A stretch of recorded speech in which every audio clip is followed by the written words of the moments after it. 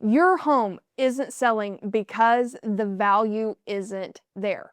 And I not only can prove it, but I can solve the problem and tell you exactly what to fix. I'm going to walk you through 10 exact reasons why your home isn't getting offers, and more importantly, what you can do about it right now to get it sold. And hey, if you want to work together, you can book a call with me. Link is in the description below. All right, let's get started. Number one, you're priced for what it was, not what it is. The older home with the original HVAC and a roof that's past its lifespan, it's not charming. It's a repairless. If your price doesn't account for the work needed, you're asking someone to pay full price for a fixer-upper. And they just won't in this market. And they have so many other options that they will move on. Number two, your location has a traffic or a commute problem. Maybe it's on a busier road. Maybe the commute to their work is longer than what they really want now that everybody has returned back to the office. These aren't deal breakers for anyone, but they're real. And if you're pricing like it's on a quiet street or a cul-de-sac, buyers fill the gap. They do their homework, and honestly, most buyers nowadays will drive by before they even call me or their realtor to go show it to them. Number three, your yard doesn't match what you promised. Maybe your realtor called it private and peaceful, but there's limited privacy. You're looking at neighbors or the lot's too small for what they need. Privacy matters. It always has, but especially now, if it's not there, your price needs to reflect it. Number four, and this is a big one. You've been sitting on the market for 3 months and haven't adjusted your price. When a home's been on the market that long in this market, buyers wonder what's wrong with the house. It is the number one question I get all the time. Usually, it's just price. Sometimes it's location, sometimes it's condition. But when a seller won't adjust their price after, let's say, 90 days, it sends a signal. The seller isn't being realistic. So buyers, they move on. For everyone in the back, if your home has been on the market for longer than the average days on market, it's not all of a sudden going to sell for the full asking price. Number five, your photos don't match the real home. Wide angle shots that make the spaces look bigger than they actually are. Virtually staged rooms that feel like nothing like the actual space when you walk into it. Lighting that hides all those defects. These work for a showing, but the moment buyers walk in and the reality hits different, they just feel disappointed. Sometimes they feel tricked, and that's hard to come back from. Number six, your showing restrictions make it hard to see the home. Tight showing windows, strict rules about when a buyer can come by, making them ask if they can reschedule after they've already scheduled an appointment. Buyers don't like the inconvenience, and they don't have to deal with it in this market. There are too many other homes on the market, so they'll just move on to the next one. When a buyer's packing 10 showings into a Saturday afternoon and your home has all the restrictions, it just won't make the cut.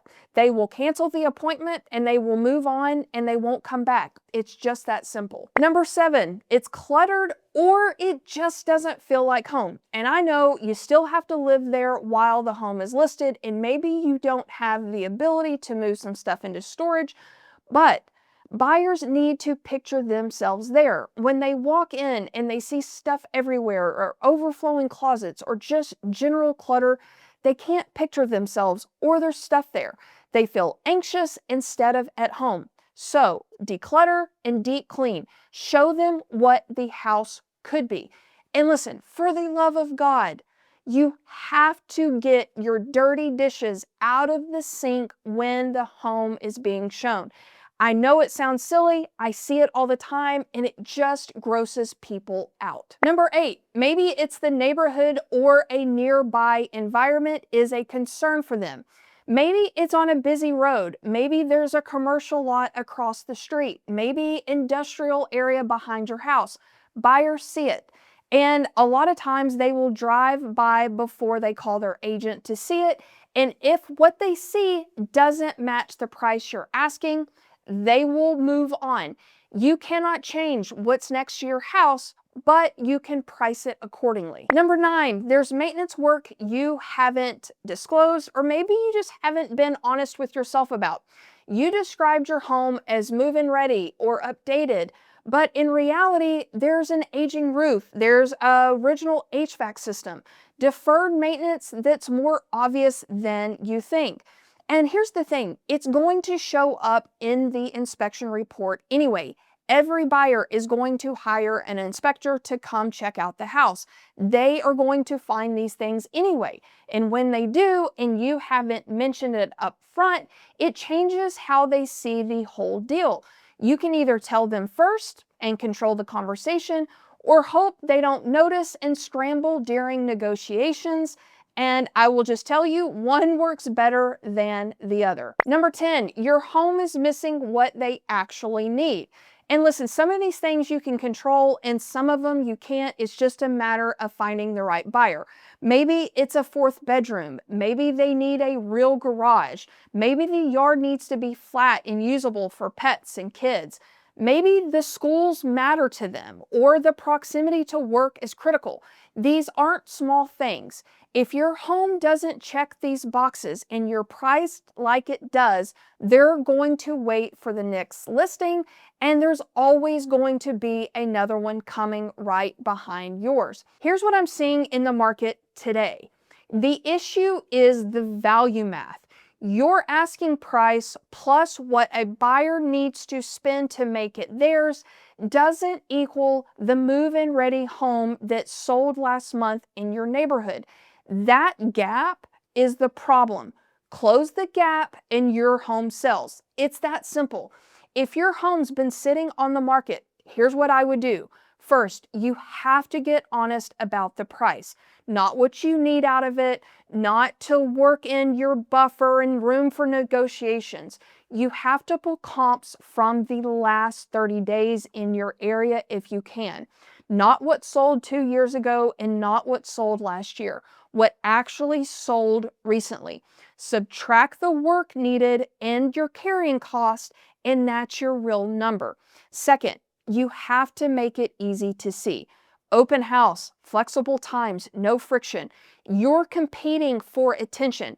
Don't make the access hard. Third, show it honestly, clean, decluttered, accurate photos. If there's work to be done, say it in the listing. Transparency builds trust, surprises loses deals. And sometimes the answer is take it off the market for 30 or 60 days. Make the improvements and come back stronger. One great home beats 10 tired ones sitting on the market. Hey, if you like this video, then go check out this next one. I go over what not to update when you are selling your home. I hope to see you over there.